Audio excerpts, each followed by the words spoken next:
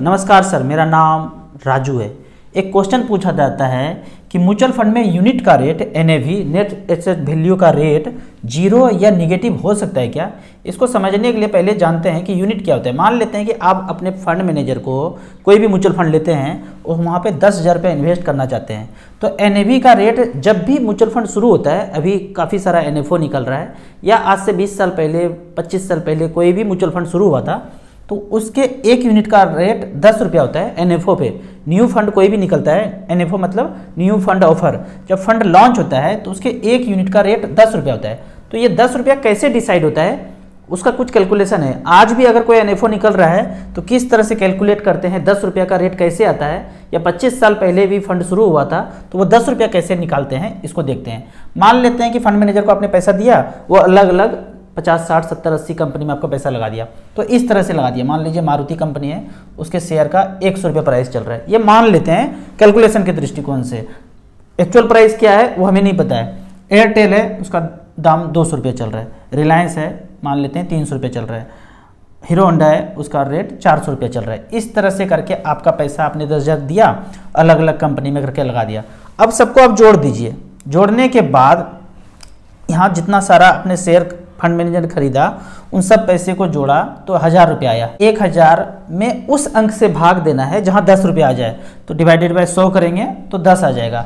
अब मान लेते हैं कि 1 साल के बाद ये 100 रुपये वाला चीज़ 150 हो गया, 200 का चीज़ 250 हो गया, और 300 रुपये वाला चीज़ गिर गया। मार्केट है, ऊपर नीचे कुछ भी हो सकता है। ये 300 का चीज़ 200 हो गया, और 400 का चीज़ 600 रुपया हो गया। सारे कंपनी का शेयर का फिर प्राइस 1 साल के बाद बढ़ा या घटा, वो सबको जोड़ते हैं। जोड़ने के बाद यहाँ कितना आया, 1,200 रुपया। तो कौन से फैक्टर से भाग दिए थे पहले, वो फैक्टर हमेशा कांस्टेंट रहेगा। 20 साल पहले अगर 100 से भाग दिए थे तो हमेशा वो 100 से फैक्टर से भाग देंगे। तो 1,200 डिवाइडेड बाय 100 तो कितना हो गया, 12। यानी कि जो 10 रुपये का चीज़ था वो कितने का हो गया, 12 रुपया। तो परसेंटेज रिटर्न कितना हो गया, 20% का ग्रोथ हो गया 1 साल में। ठीक उसी तरह निपॉन ग्रोथ फंड, जो कभी रिलायंस ग्रोथ फंड हुआ करता था, वो 10 रुपया से शुरू होते होते आज 2,000 पे चला गया। तो इस तरह से एनएवी का कैलकुलेशन है। अब क्वेश्चन क्या है कि क्या ये जीरो हो सकता है या निगेटिव हो सकता है, क्वेश्चन मेन ये है। तो पहले मानते हैं, हम लोग ने बचपन में क्या पढ़ा है कि 10 + 10 का क्या मतलब है कि हमारे पास पैसे 10 रुपया जेब में हैं। माइनस का क्या मतलब है, -10 का मतलब है कि हम किसी से कर्ज लिए हैं। माइनस का मतलब यही सीखा है बचपन में कि कर्ज है। अगर 10 रुपया हम अर्जित करके लाएंगे, कमा करके लाएंगे, तो वो 10 रुपया जो मेरे जेब में आएगा उससे पहले कर्ज चुकाना पड़ेगा। तो कर्ज में 10 रुपया चला गया तो नेट कितना बचेगा हमारे पास, 0। माइनस का मतलब यही है कि हमारे पास कर्जा है। अब देखते हैं कि कोई शेयर है, उसका वैल्यू 100 रुपया है। मान लीजिए कि कोई मिठाई का शेयर है और उनके आसपास शहर में खूब अच्छा मिठाई बिकता है उनका, तो उनको एक आइडिया आता है कि भाई हम पैसा मार्केट से 100 करोड़ ले लेते हैं लोगों से, और ऐसा शोरूम में मिठाई का दूसरे शहर में भी खरीद लूँगा। लोग दूर दूर से आते हैं, वहाँ उनको ना आना पड़े, एक ही जगह पे नहीं आना पड़े, अलग अलग जगह मैं ब्रांच खोल देता हूँ। तो पहला ब्रांच उन्होंने खोला लोगों से पैसा लेके। तो जैसे ही सब लोगों ने पैसा 100 करोड़ दिया, एक शेयर का प्राइस मान लीजिए 100 रुपया उन्होंने शुरू में डिस्क्लोज किया था।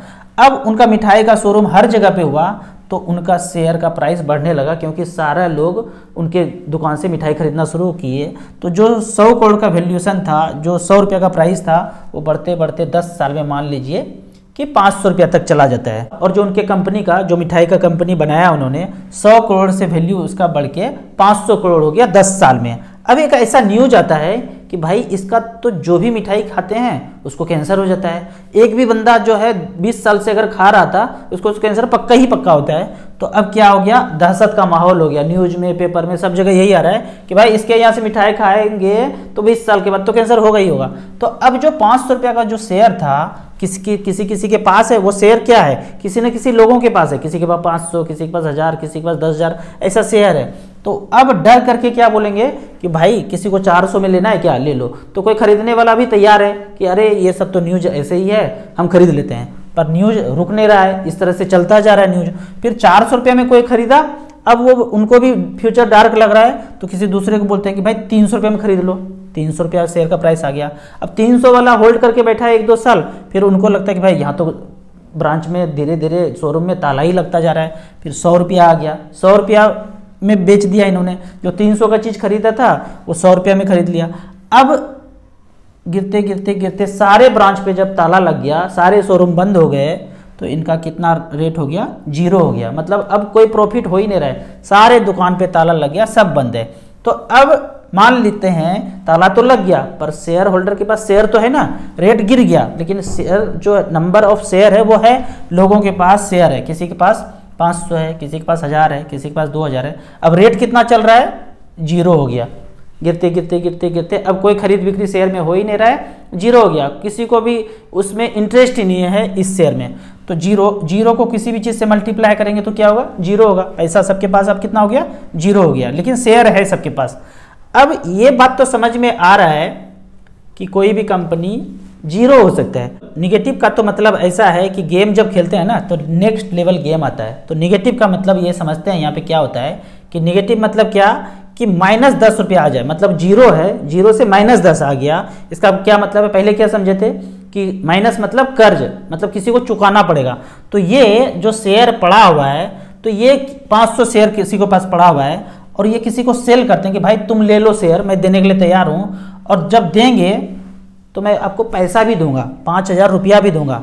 -10, 1 यूनिट के प्राइस का -10 रुपया, मतलब मैं आपको जेब से पैसा भी दूंगा, शेयर तो दे ही रहा हूं, पैसा भी दूंगा। क्या ऐसा हो सकता है कि इस व्यक्ति ने 500 शेयर दिया और 5000 रुपया भी दिया? अगर तो किसी ने ऐसा दिया तो शेयर का प्राइस -10 रुपीज़ हो जाएगा। लेकिन ऐसा होगा क्या? आप कहेंगे यार कैसी बातें कर रहे हैं आप, कोई शेयर भी देगा, सामान भी देगा और पैसा भी देगा, ऐसा तो हो नहीं सकता है।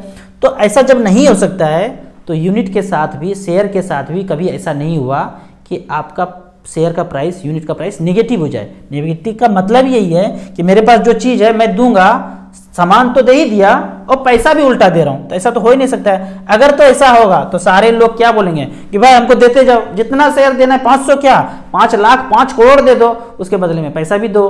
तो इस तरह से हो नहीं सकता, ये तर्क संगत है नहीं।